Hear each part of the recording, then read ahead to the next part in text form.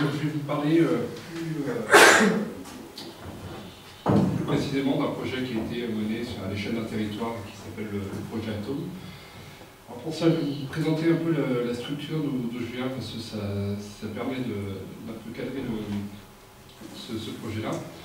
Je viens d'une association qui s'appelle AADN, qui est une association qui s'occupe de tout ce qui est art numérique au niveau des œuvres artistiques.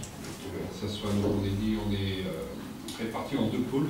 Donc il y a un pôle production-diffusion qui va s'occuper plutôt de réaliser les œuvres ou diffuser les œuvres artistiques liées au numérique. Et le pôle labo des usages qui, lui, dont je suis en charge actuellement, qui, lui, s'occupe plus de médiation, de réalisation de petites ateliers ou interventions dans centres sociaux, lycées et compagnie, ou plus spécifiquement ce qu'on va voir là, d'activités de projets à l'échelle d'un territoire qui incorpore les habitants et les différentes structures qu'on peut y trouver. Il y a des tartines. Donc, je ne vais pas en dire plus spécifiquement sur le pôle de diffusion. Donc, voilà, je vous expliquais, c'est vraiment un soutien à la création artistique. Ça peut prendre la forme de performance, ça peut prendre la forme de réalisation aussi avec des habitants, ça peut prendre la forme de projets développés suite à des catalogues ou à des propositions. Donc, soit on va proposer nos propres artistes, soit c'est les artistes qui vont venir vers nous dans une démarche de création, de recherche nous-mêmes, parce qu'on propose ici des résidences artistiques. Labo des usages, donc, je vous disais, qui va mettre en place plutôt des projets type territoriaux. C'est un peu vite, parce que je suis un peu en retard. Voilà. Donc, je vais vous présenter le projet Atome, sous le thème. Ce qu'on fera d'abord, c'est que je vais vous présenter des choses succinctes, et après on verra plus précisément le site, la restitution du projet. Donc le projet Atome, c'est un projet qui a duré 4 mois, en 2011, qui a recueilli 12 jeunes, alors sur un ensemble de jeunes sur lesquels on a fait plusieurs présentations sur différentes structures du quartier. On avait 4 intervenants et un chargé de médiation sur ces temps-là. Plus précisément, on avait un intervenant pour 2 enfants. Donc, ce qui est très intimiste dans le cadre de la création de cette œuvre, de ce projet. Et le but, c'était de créer une sorte de fiction interactive via le réseau Facebook, en se servant du territoire de ce quartier comme plateau de jeu, si on faisait référence au jeu de société tout à l'heure. Le but, c'était de se créer un avatar, plutôt que de jouer avec son personnage normal, pour apporter cet aspect d'intimité, aussi de donner, enfin de faire voir ce qu'on avait envie de faire voir, de donner une autre image de soi-même et aussi de jouer avec les clubs. Voilà. Donc on avait plusieurs thèmes abordés dans ce projet-là. Je parlais peut-être plus précisément de tout ce qu'on appelle les naïfs ou les natifs du digital. On a beaucoup d'a priori avec les plus jeunes en se disant, voilà, ils sont nés dans cette génération-là, ils ont tous un smartphone, ils font des jeux vidéo, ils regardent la télé, ils ont accès à Internet, on n'avait pas ça à l'époque. Donc forcément, on se dit, ils ont une pratique du numérique, ils savent s'en servir. Alors on va arriver sur le lieu, on va voir ce qu'ils savent faire, et puis on va servir de leurs compétences pour créer. Donc je reviendrai un petit peu là-dessus par rapport à les attentes qu'on a eues et ce qui s'est révélé être. Sur ce projet, on a associé un chercheur, une anthropologue, qui nous a accompagnés en tant qu'observatrice sur le projet et qui a pu faire un ensemble d'interviews, de séances d'observation et qui a pu faire des retours. Vous verrez certains extraits d'interviews, de dialogues qui ont pu être recueillis après. Alors, à ce moment, on va passer sur le site. Donc le site s'appelle Projet Atome. Vous retrouvez les liens sur les plaquettes là, si il y en a qui sont intéressés, vous pourrez récupérer les plaquettes du projet de la phase 1 et de la phase 2. Donc le site se compose en vraiment 2 parties. On a la partie, je vais vous apporter peut-être la partie coulisses, qui est vraiment toute la recherche anthropologique qui a été faite sur le projet, et qui est divisée en plusieurs parties. Celle qui nous intéresse un peu plus dans le cadre du colloque, ça va être l'image du quartier à travers la fiction, aussi les techniques et l'écriture de médium à travers ce projet. Et, tout ce qui est jeu de rôle et sociabilité via un réseau social. Et donc, pour avoir un peu plus en exemple, donc, le site permet en fait de faire une restitution du projet tout en donnant un accès aux joueurs qui vont pouvoir revenir voir ce qui se passe, de revivre en fait ces aventures. Si on remet dans le contexte de l'aventure, on avait un groupe de jeunes. Donc, ils intervenaient, pour être plus ils intervenaient généralement seuls sur les séances, seuls ou à deux avec un artiste. Donc ils ne savaient pas quel autre jeune participait à l'aventure. Donc c'est pour ça qu'il y avait cette idée d'avatar, de cacher son image pour ne pas savoir qui venait d'où. Et ils venaient de plusieurs quartiers différents, je reviendrai aussi là-dessus. Le but du jeu, c'était, voilà, on se retrouvait sur une carte du quartier, comme vous pouvez voir. Si on veut déterminer le jeu, on pourrait parler d'une sorte de jeu de rôle ou de Cluedo à l'échelle d'un quartier. Donc en fait, chaque joueur va inventer son faux personnage avec son faux nom, avec ses particularités, qu'est-ce qu'il fait dans la vie, quel est son âge, et bien sûr un profil Facebook. Et après, ils vont parcourir en une séance, représente à peu près une journée de jeu, une séance par semaine, et ils vont pouvoir découvrir différentes parties du quartier. Le quartier est coupé en 50 morceaux, et chaque morceau est lié à une page Facebook. Le but du jeu, c'était donc d'annoncer sur quelle page ils allaient aller. La semaine suivante, d'arriver sur cette page, de voir les indices, les descriptions de lieux, et de pouvoir laisser des commentaires et de faire des réalisations artistiques, des petites créations. Le thème du jeu, c'était qu'ils se retrouvaient un matin, ils se levaient, mais leurs parents avaient disparu, leurs voisins avaient disparu, leurs chiens avaient disparu, et c'était un peu comme ça dans tout le quartier, ils se retrouvaient tout seuls. Donc il y avait cette ambiance de base qui était posée, et ils se retrouvaient devoir enquêter pour savoir qu'est-ce qui s'était passé, où est-ce que les gens avaient disparu, pourquoi. Ils se retrouvaient aussi avec des gens qui leur laissaient des messages sur Facebook, qui ne savaient pas qui c'était. Dans un premier temps, il y avait toute une partie enquête, recherche. À un certain moment, les gens passaient dans d'autres endroits, ils avaient laissé des commentaires sur les pages, donc ils se rendaient compte qu'ils n'étaient pas forcément tout seuls, donc ils se mettaient à communiquer entre eux et à échanger des informations. Suite à ça, ils sont arrivés à se retrouver à différents endroits et à résoudre le pourquoi du comment.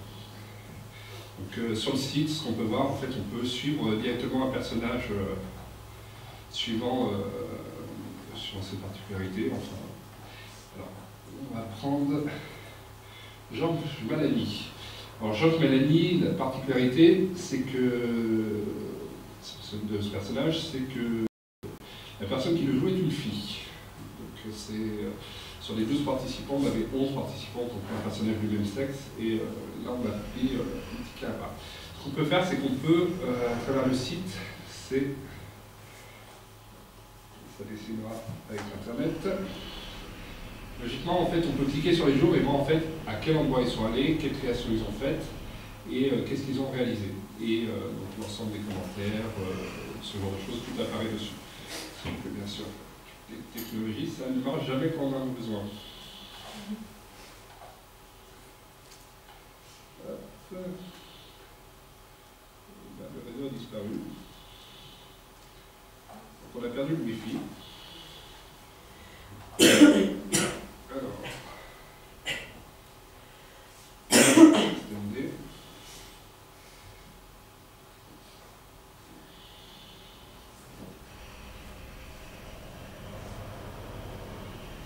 On va récupérer le Wi-Fi qui traîne.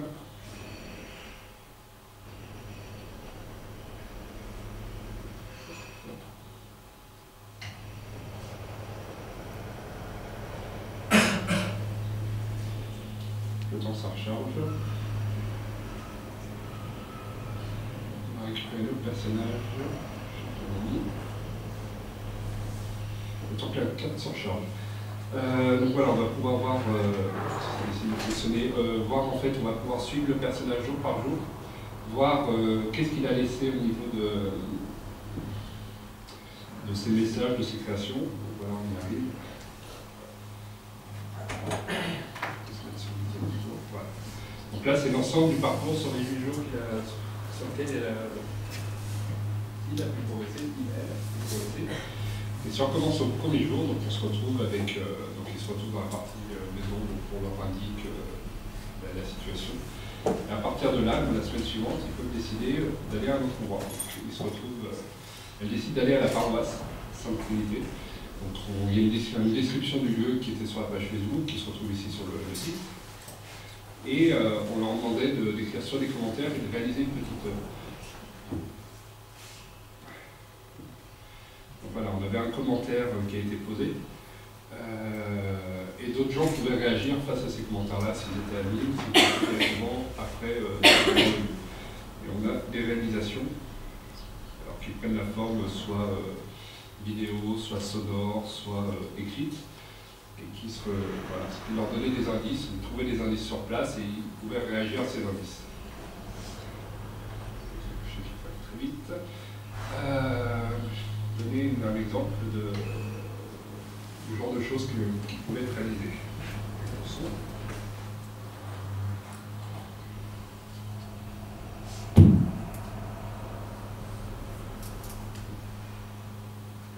C'est jamais ça.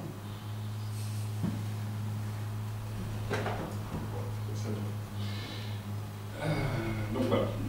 Et à la fin, ils se retrouvaient face à un endroit. Donc, à vous en dire plus, tout ça vous donnera envie peut-être d'aller visiter le site.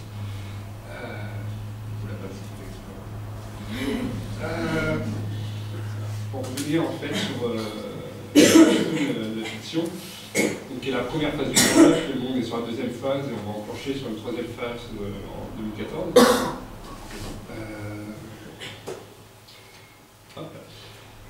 Donc il y avait plusieurs parties sur lesquelles on pouvait parler d'urbanité et de numérique. Donc il y avait le fait de casser les frontières réelles. Ce qu'on pouvait mettre en place sur ce projet, c'était en fait, de casser il y a une frontière vraiment géographique entre la partie nord du quartier et la partie sud. Il y a un grand boulevard. Et généralement, les jeunes du nord ne rencontrent pas ceux du sud, parce qu'ils ont un centre social pour chaque quartier. Il y a aussi une lycée à part et il y avait très peu de mélange. C'était aussi une des envies de nos différents partenaires de pouvoir réaliser ça. Et ce qui a permis en fait de réaliser des liens et lors de réunions, de rencontres avec l'ensemble des participants, puissent se reconnaître que ah mais c'était toi en face, d'accord, et en fait de pouvoir créer des liens comme ça entre les deux parties du quartier. On avait aussi cette idée d'apporter quelque chose aux jeunes, mais aussi de voir comment ils pratiquaient le numérique, comment sur la question relative naïve. Après, de voir comment ils utilisaient le web, quelle était leur pratique, et plus précisément à travers leur quartier.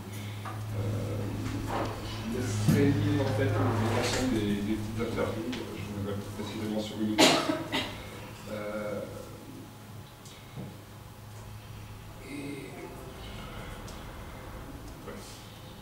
C'est la suivante. Si vous avez fini celle-là. Il y a toute une partie en fait sur l'écriture qui n'écrivent pas forcément comme ils écrivent en classe. On a constaté aussi une méthode d'écriture proche du langage SMS, du langage parlé, donc aussi une particularité de doubler les voyelles à la fin du mot pour donner plus de style. C'était assez intéressant de voir comment il faut écrire. Il faut noter qu'en fait la plupart de ces enfants sont des enfants de primo-arrivants. Il y a aussi parfois le fait qu'ils doivent communiquer pour leurs parents et aussi apprendre à communiquer par rapport à leur langage parental. Deuxième particularité, c'est la lecture de la carte, la référence graphique par rapport à tout ça. On s'est rendu compte qu'ils n'avaient pas forcément une manière de considérer ou de voir leur ville à l'échelle d'une carte. Alors que ce soit des cartes, comme vous disiez, plus numériques, Google Maps, Mappy, ou bien des vraies cartes. Vous pouvez voir dans le petit exemple qu'on parle d'un moment où il y a 10 minutes pour trouver l'arrêt de métro qui fait la jonction en fait, de deux quartiers, et de se retrouver à travers, là c'est l'école, là c'est le centre social journée, là c'est la grande place. Donc il y avait vraiment cette idée de notion de l'espace, alors qu'ils les habitent dans le quartier, ils le connaissent, mais ça laisse quand même des portes ouvertes pour des réalisations dans ce cadre-là.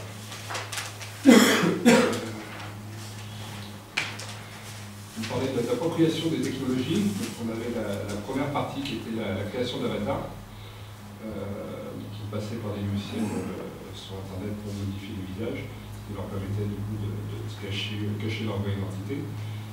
On s'est rendu compte aussi dans ce cadre-là que très peu allaient inventer un personnage complètement loufoque ou quelque chose qui changerait de par nature. Et souvent ce qu'ils nous disaient, c'est qu'ils faisaient des personnages qui étaient eux, mais en mieux. Il faut voir dans le mot en mieux quelque chose, soit des envies particulières, ou ce qu'ils voudraient devenir comme ça, ou des choses qu'ils n'auraient pas la possibilité de faire. Donc là on a l'exemple de NCIS, qui est intéressant. Et on a vu l'exemple tout à l'heure de Georges qui, elle, quant à elle, revenait sur un personnage masculin. On va voir après par rapport à ça. Voilà, c'est par rapport à ça. Donc, je vous parlais de Georges tout à l'heure, qui était une de ces filles dont on parle dans l'exemple derrière. Et qui ont déjà, en fait, ces jeunes dames, déjà, pour les plus grands, des stratagèmes de se jouer d'un réseau social et de travailler, enfin de jouer par rapport à ça. On voit dans l'exemple, en fait, une fille qui se crée des vrais profils, pour parler avec Ordonne, et qui crée aussi des faux profils. Elles se disent plus âgées, elles changent des photos, elles prennent des photos sur Internet. Et en fait, pour avoir accès à d'autres amis. Il y a des gens qu'elles n'auraient pas pu parler, avec lesquels elles n'auraient pas pu parler si elles étaient avec leur profil. Du coup, on a vu qu'il y avait quand même des petits, ce qu'on appelle stratagèmes, qu'elles mettaient en place pour se jouer des réseaux sociaux. Du coup, comment raconter cette histoire à travers ces outils? On partait sur l'échelle micro-locale, donc de créer un projet qui soit vraiment quelque chose de très concentré. C'est pour ça qu'on est parti sur un projet qui était beaucoup plus intimiste avec ces jeunes-là, pour pouvoir les accompagner. Sur la pratique du numérique, l'apprentissage de logiciels, mais aussi se poser un questionnement sur voilà, leurs pratiques sont celles-là, mais comment on peut détourner ces pratiques, comment ils les envisagent, comment ils les voient, et aussi se poser la question de natif et de naïf. On arrivait avec ce questionnement de... Voilà, on se dit, ils ont la particularité d'être de cette génération. Du coup, ils ont la pratique du téléphone, la pratique de l'Internet. On pensait qu'ils allaient pouvoir créer, fabriquer, avoir un questionnement, une pensée là-dessus. Et on s'est rendu compte qu'ils l'utilisent mais vraiment qu'en surface. Ils l'utilisent pour la réalisation de base, donc l'Internet, pour le Facebook, pour se créer un profil, mais sans plus, sans jouer à travers, sans mentir, par les deux films dont on a parlé avant, d'utiliser son téléphone juste pour faire des vidéos, les mettre sur YouTube. Du coup, ce projet a permis de dire des vidéos, il y a plusieurs façons de faire des vidéos, de les mettre en place, de créer, soit de jouer avec des effets spéciaux, soit de les scénariser, soit de faire du montage un petit peu, et de se servir de ces plateformes de partage de vidéos dans un cadre que de la vidéo, on va dire, familiale ou dans un contexte du groupe. Du coup, à la base, le projet était de mettre un réseau social en place à l'échelle d'un immeuble, ce qui n'était pas forcément très pratique et pas forcément facilement réalisable. Après, sur ce que j'appelle le parcours familier, c'est donc le passage du réel au virtuel, comment ces jeunes, donc, sur ce plateau de jeu qui était leur ville, dans cette ambiance-là, dans ce cadre-là, un peu science-fiction, de parcourir ces lieux qui leur sont habituels et sur lesquels ils vont devoir jouer un personnage, jouer un rôle.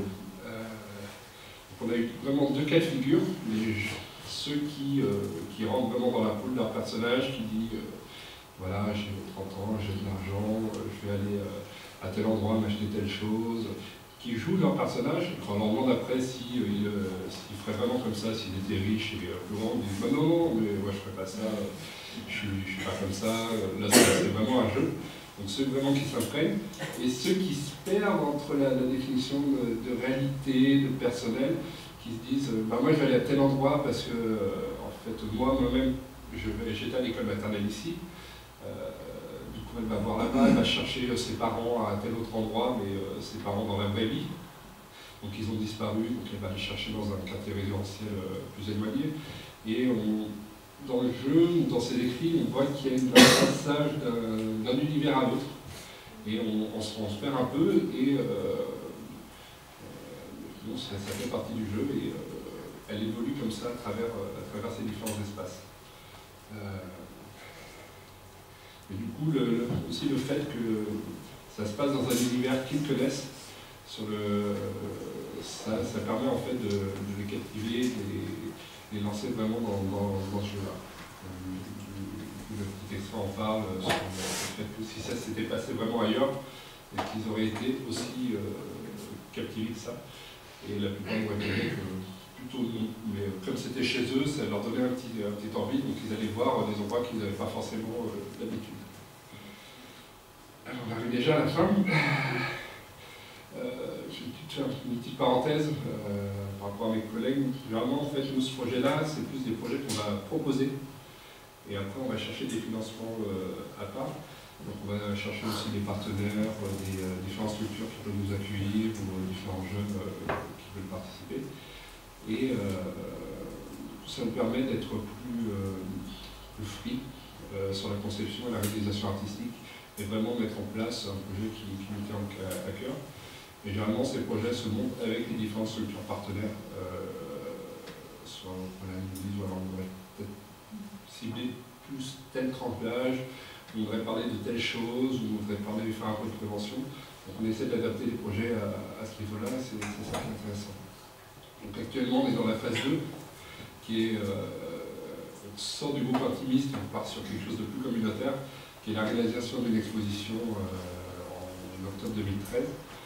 Donc là, on est sur plusieurs structures différentes. On est sur des centres sociaux, des lycées, des espaces publics, des écoles primaires, des collèges et des lieux d'accueil parents. Donc on a un ensemble de partenaires où on va réaliser différentes actions. On va créer du contenu pour cette exposition, mais on a un petit groupe de jeunes qui s'appelle l'atelier du scénographe, qui va récupérer tout ce qui a été créé pour mettre en place cette exposition. Et on a la phase 3, je vous disais, qui arrive en 2014, qui elle sera plus sur l'éducation des différentes structures partenaires ou des animateurs de quartier pour travailler sur l'usage des pratiques numériques à l'échelle urbaine et pour la pratique au niveau des jeunes du quartier et des mois. Voilà.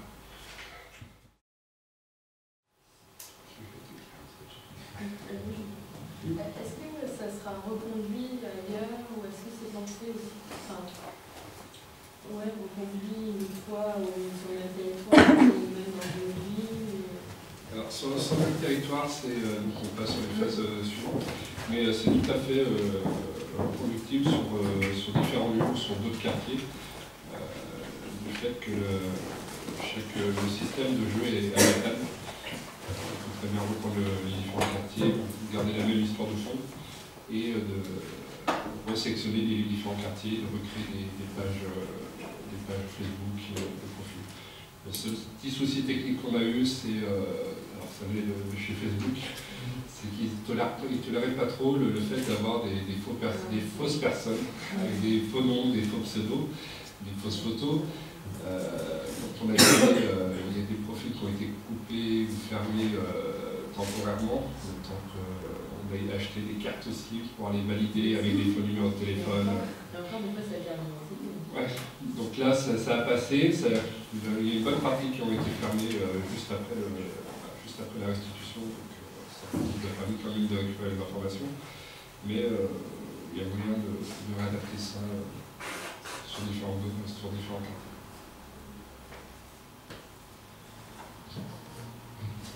En même temps, on disait que c'est adaptable à d'autres quartiers, mais en même temps, là, on sent bien qu'il y a une question de fond qui n'est pas celle qui n'est pas adaptable à notre quartier comme ça, la fameuse séparation du boulevard. Comment ça s'est passé du coup, le moment de la découverte des adolescents entre eux, du fait qu'effectivement ils appartenaient à des quartiers différents et qu'ils s'étaient rencontrés en ligne, mais comment ils se sont rencontrés en ligne, parce que finalement c'était pas non plus un profil qui était fidèle à ce qu'ils étaient. Au niveau de l'organisation, on est passé sur différentes structures pour aller faire la démarche, pour trouver des participants.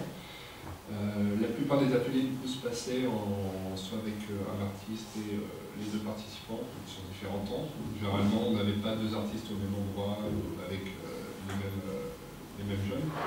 Et on a eu 3 rencontres au long du projet pour des rencontres collectives. Au début, on en a eu plutôt vers le milieu et vers la fin, le temps de voir. En fait, sur le temps de jeu, je crois que c'est au 5e jour, tous les jeunes se rencontrent pour échanger leurs indices.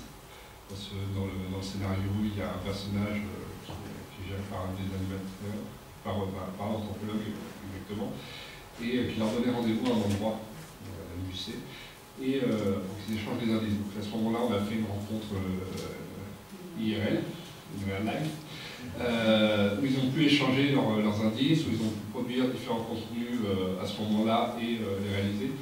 Il y en a eu une deuxième qui était un peu plus technique après, et la troisième qui était au moment où ils se réunissaient tous à la fin pour résoudre l'enquête. Et donc là, il y a eu énormément de discussions sur, je laisserai lire l'ensemble du site, sur comment ils allaient résoudre et qu'est-ce qu'ils allaient faire des différentes personnes autres que impliquées dans l'affaire. Donc c'était intéressant de voir sur cette partie-là. Après, je pense que c'est quand même adapté à d'autres quartiers, suivant les problématiques que des autres quartiers peuvent se poser, à réadapter du coup l'histoire de fond, mais le principe de jeu est adaptable.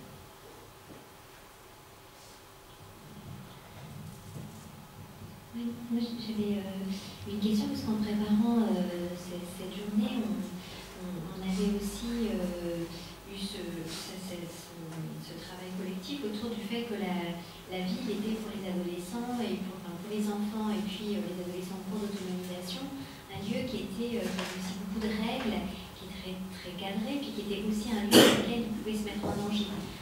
Et on leur disait attention, la ville c'est dangereux, si tu fais attention en traversant la rue, il faut respecter des passages, des choses, et puis tu peux t'y mettre en danger, d'abord physiquement, et puis ensuite c'est aussi un des lieux où on met en jeu son identité dans l'espace public, où on se laisse voir par les autres, etc. Et puis que précisément aussi dans les réseaux sociaux, avec ces espaces-là qui sont ni publics ni privés, on a aussi un discours qui peut être très angoissant pour les jeunes adultes. Attention, si tu vas sur Facebook, fais attention au type de photo que tu mets, il y a du harcèlement, il y a des choses, et c'est aussi un endroit où du coup on livre de soi, où on peut se prendre des choses en retour, etc. Alors est-ce que ça c'est sorti dans votre travail avec eux, ou est-ce qu'ils n'en ont pas parlé du tout Alors, on a plus eu l'approche, pas sur la ville physique en elle-même, on voit qu'on a eu certains retours suivant les actions qu'ils pouvaient faire dans le jeu. Très belle photo si je la retrouve.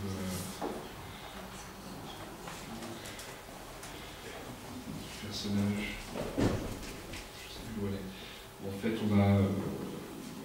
Je parlais de ce personnage qui disait très riche, qui allait faire une course, qui achetait tout. Il avait fait un très joli photomontage où il était dans un casino avec un cas. Je ne sais pas de marque. Et où il était avec au volant de sa voiture décapotable dans le casino et il avait plein de courses dans l'arrière de sa voiture. il y avait ces questions-là de pouvoir faire vraiment ce qu'on voulait dans la vie. Il y a des moments où je parlais aussi, en fait, je suis rentré dans une maison, mais je ne sais pas qui elle était, je l'ai prise, j'y ai habité. Voilà, je fais plein de choses pour lui demander en vrai s'il le ferait. Je dis non, mais après, je l'ai rendu, hein, de toute façon. Et non, je ne ferais pas ça dans la vraie vie. Donc il y avait ces questions, ils avaient quand même la possibilité de faire ce qu'ils voulaient, d'aller où ils voulaient, et ce genre de choses. Je vous laisserai voir les différents parcours et les différentes anecdotes qui peuvent les parsemer. Et on était aussi beaucoup plus sur la question sur des réseaux sociaux, sur sa visibilité. Il y en a, donc ça allait de 11 à 17 ans. Même s'il y en a qui avaient 11 ans, ils avaient déjà des profils Facebook. Il faut savoir que Facebook, il faut avoir minimum 13 ans pour pouvoir avoir un profil.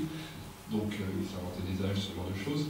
Et donc les plus grands savaient, par exemple, bloquer les publications. Alors, ça date un petit peu, donc il n'y avait pas eu toutes les nouvelles mises à jour que Facebook peut proposer d'ici là, de publier que pour ses amis, de garder que pour soi, de publier seulement pour soi, d'empêcher certaines personnes de voir ce qu'on a publié.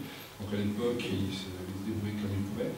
On avait cette question de l'image de soi, de la représentation, des traces qu'on pouvait laisser. Ce que j'aime pas mal rappeler, c'est leur montrer un petit extrait d'une vidéo qui a été faite dans un pays du Nord, Suède ou Danemark, je ne sais plus exactement. On voit en fait une personne qui se dit médium, on fait rentrer des spectateurs, enfin des publics dans une salle. Donc il leur demande juste le nom, le prénom, la date de naissance, et il commence à leur dire plein d'informations, que leur père est mort, que leur préféré est bleu, qu'ils habitent à tel endroit, qu'ils ont 2 enfants, son chat s'appelle Rex, et les gens sont waouh, il est super fort. À un moment, il tombe une sorte de drap qui faisait le mur. On retrouve derrière une équipe de hackers avec 4-5 personnes penchées sur des ordinateurs et qui lui envoyaient tout dans un petit iPad qu'il a caché devant lui. Et voilà, donc, les gens, quand ils voient cette vidéo-là, ça leur pose la question de qu'est-ce que je laisse sur Internet, quelles sont les traces, quoi. Et à partir de là, ça permet de lancer des discussions. Le projet était là pour réaliser une création numérique, était surtout là pour engager le dialogue à travers ces différentes créations.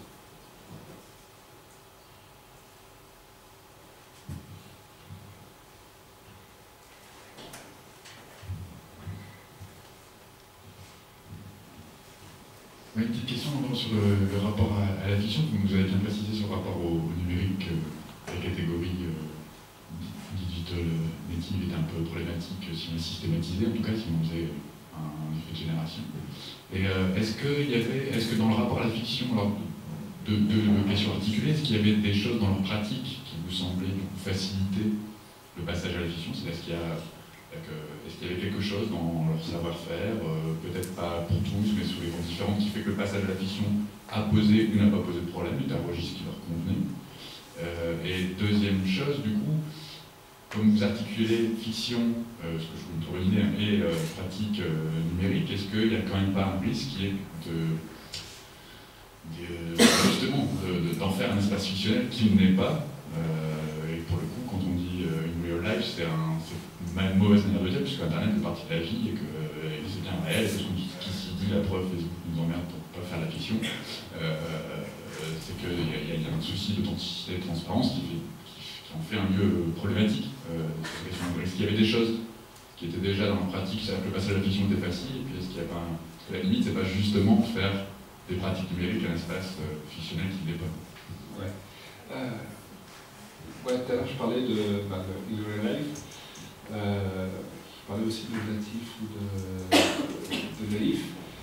Je parlais aussi qu'en fait, ils avaient vraiment des connaissances de surface et on a trouvé qu'ils se livraient vraiment sur l'ensemble de ces réseaux sociaux, de leurs pratiques, qui mettaient plus en valeur sur parfois des plateformes de partage ou autres, leur vraie vie, leur vrai vécu, et qu'ils n'allaient pas forcément aller pour le cacher.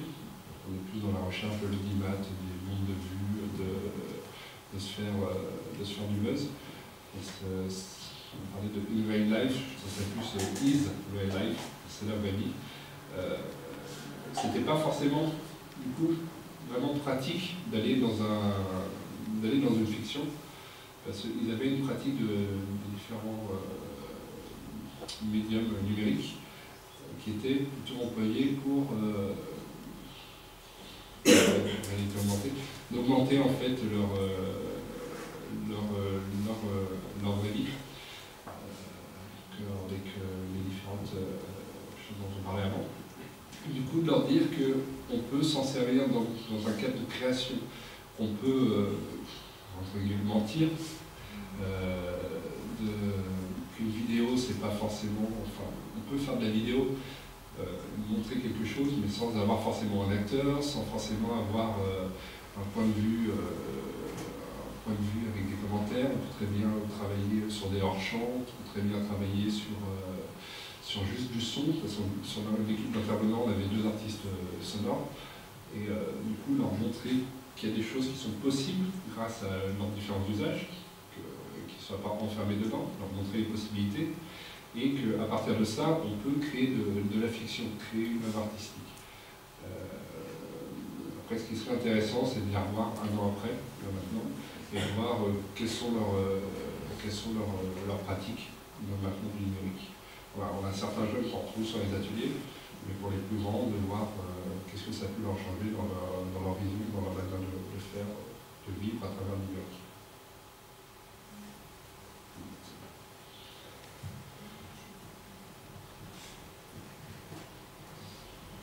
Nous, il y avait aussi un autre, peut-être vous avez envie aussi de poser cette question-là, parce que c'est des choses qu'on a aussi beaucoup travaillé collectivement avec le groupe d'étudiants qui a préparé la rencontre, mais il y avait aussi autre chose qui nous avait marqué, notamment parce qu'on était allé à plusieurs rencontres sur la vie numérique, sur la smart city, etc. C'était le caractère de la technologie qui rend finalement la vie efficace, avec un souci d'efficacité liée à la technologie qui va permettre des usages précis, rapides de la vie. Et puis, parallèlement, les usages aussi des adolescents, mais comme vous l'avez dit, finalement aussi, on va avoir un rapport très instrumental, par exemple à Facebook, qui doit avoir une certaine efficacité, c'est-à-dire de nous rendre visibles, de nous permettre d'augmenter notre réseau d'amis, etc. Et donc, d'avoir ce rapport-là aussi très instrumental, finalement, de la technique, avec une finalité, et du coup, qui va nous permettre d'être plus efficaces dans nos relations sociales. Et du coup, on trouvait aussi le projet intéressant dans ce souci aussi, finalement, de ne pas mettre ça au cœur, de voir qu'on pouvait travailler qu'il y avait autre chose qui pouvait se jouer comme relation entre les pratiques numériques et la vie, qui n'était pas seulement augmenter l'efficacité ou être dans une logique de performance, mais aussi pouvoir décaler ça. Je ne sais pas si c'est pas vraiment une question, c'est plus une réflexion comme ça sur le projet. Je dirais que c'est particulièrement flagrant même quand on voit le rapport à la carte du coup. C'est qu'il y avait un peu de mal avec la carte, c'est que la carte c'est quand même un outil qui est celui qu'un outil, d'un objectif, une implémentation assez performant du territoire avec des axes. Et du coup je trouve ça intéressant qu'ils aient été un peu pas mal à l'aise, mais hésitants peut-être à l'utiliser, et comment ils ont injecté après leur pratique est beaucoup plus physique dans ces cartes-là. Ce qu'on a fait en fait à un moment du projet, on s'est rendu compte qu'il n'y avait pas forcément de représentation de la carte, c'est qu'on a imprimé la carte de jeu sur un grand format, ça devait faire 2,5 m par 2,5 m, pour qu'il puisse aller, pour qu'il puisse la représenter visuellement, pas forcément d'avoir un repère sur l'écran. Parce qu'il y a aussi ce rapport à l'écran qui est important chez eux. Du coup, d'avoir quelque chose qui soit imprimé sur une surface de mur, qui soit grand, qui puisse se repérer, qui puisse la toucher, qui puisse se replacer dessus. Donc, généralement, ils avaient une punaise de couleur pour noter à quel endroit ils étaient. Ils pouvaient laisser. Il y avait aussi le fait de laisser des indices. ils avaient laissé un indice sonore, on avait par exemple un petit morceau de magnétophone qu'ils affichaient, qui collait à l'endroit indiqué. Plus, il y a une bonne partie d'entre eux qui ont appris à apprendre et à pouvoir manipuler et à observer une carte sur ce temps-là. Alors après, est-ce que c'est parce que c'est un manque de pratique personnelle, parce qu'ils n'utilisent pas de carte dans leur vie de tous les jours, parce que c'est leur pratique, ils le connaissent, ils n'ont pas besoin de se repérer une carte, ou est-ce que c'est parce qu'ils n'utilisent pas forcément des cartes, je sais pas, en milieu scolaire ou en famille. Et du coup, il y en a certains qui ont pu apprendre à se repérer une carte, à trouver des points de repère, de repères géographiques, on parlait de Zoulouvard, le quartier en deux, des points importants, genre métro, mairie, et compagnie. Et ça leur a appris après à se repérer et à pouvoir évoluer aussi dans le jeu.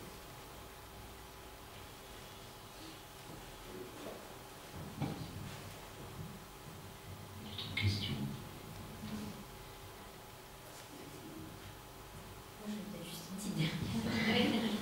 C'était par rapport au type d'esthétique qui était déployé. D'ailleurs, c'est une question qui s'adresse finalement à vous trois. Et du coup, comment est-ce que parce que de fait, ces jeux proposent aussi des mises en forme esthétique de la vie particulière. Et dans quels univers de référence vous puisez et comment vous avez travaillé l'esthétisation de vos jeux, l'esthétique de vos jeux. Voilà. Enfin, il y a des univers de référence, on voit c'est assez différents. Il y a des références plutôt à l'art numérique. Donc voilà comment pour Atom, il y a des références peut-être plutôt aux univers du jeu vidéo. Comment est-ce que vous y aviez Je vais répondre rapidement parce qu'en fait, nous, chaque jeu a son propre univers graphique. Donc, on va avoir des jeux qui sont effectivement dans l'univers chasse au trésor, parchemin. On va avoir des jeux qui sont plus dans un univers bande dessinée. Donc, ça dépend vraiment. C'est toute une ambiance qu'on essaie de construire autour du jeu, qui est souvent corrélée au territoire, dans le sens où, lorsqu'on est dans une ville médiévale, en tout cas, qu'on veut s'attacher à un patrimoine médiéval, on va automatiquement se retrouver avec un décor plutôt de ce type-là. Donc je ne dirais pas forcément du territoire, mais de la thématique qu'on veut traiter sur le territoire, au niveau graphique. Donc on n'a pas de jeu qui est vraiment la même patte graphique. Ça dépend à chaque fois des gens qui vont avoir créé les jeux et du territoire. Parce que moi j'avais l'impression qu'il y avait vraiment un vrai univers médiatique qui s'inscrivait, par exemple, du coup c'était le Moyen-Âge, par exemple, mais vu à travers quand même les représentations du Moyen-Âge, de la bande dessinée, du vidéo assez, pour à la limite, qui sont des repères aussi, qui font partie de notre culture, mais de notre culture médiatique aussi. Et puis, voilà, je sais pas, dans le jeu. Oui, aussi. On parle direct en fait, sur le jeu en lui-même, il n'y a pas vraiment d'univers qu'on s'inspire de leur pratique personnelle. Donc à part le fait d'être sur Facebook et d'aller faire des commentaires, d'être posé, d'aller réaliser des petites créations et de les mettre en ligne, il n'y a pas d'univers propre. Il y en a peut-être un plus pour le site de restitution, qui est un univers qui est lié à l'histoire, de réseau d'internet, de numérique, de laboratoire, de scientifiques, ce genre de choses. Ça a plus un type de design numérique sale, bien flou, tout. Et mais ça s'arrête vraiment à ça. On était plus dans l'univers d'une ambiance avec les participants sur le contact et le social.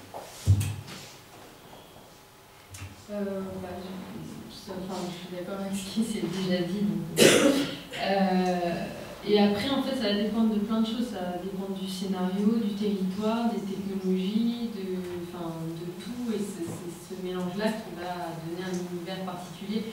Par exemple, des fois, je peux faire des jeux qui n'ont rien à voir avec le territoire, qui se passent uniquement sur Twitter, par exemple, avec une communauté secrète. C'est pour expliquer Twitter aux jeunes. Pour le coup, il n'y a pas d'univers, parce qu'en fait, il n'y a pas de jeu, en fait. C'est toujours... Donc on s'appuie sur des technos existantes. Voilà. C'est aussi, comme j'aime bien jouer entre le réel et le virtuel, c'est de le rendre le plus réel possible. C'est-à-dire que je m'appuierai sur des choses qui existent, donc je reste dans l'univers qui existe.